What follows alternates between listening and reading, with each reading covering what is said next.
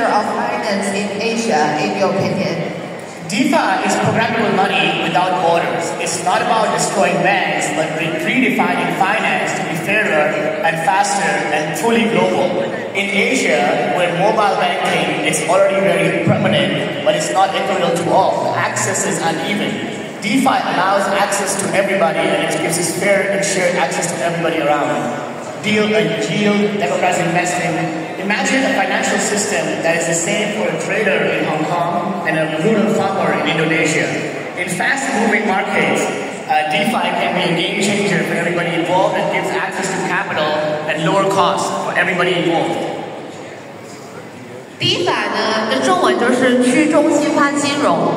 那这个制度呢，在亚洲未来的金融中是扮演了一个什么样的角色呢？那 Amy 提到的，其实 DeFi 是没有边界的，可以编程的货币。那这个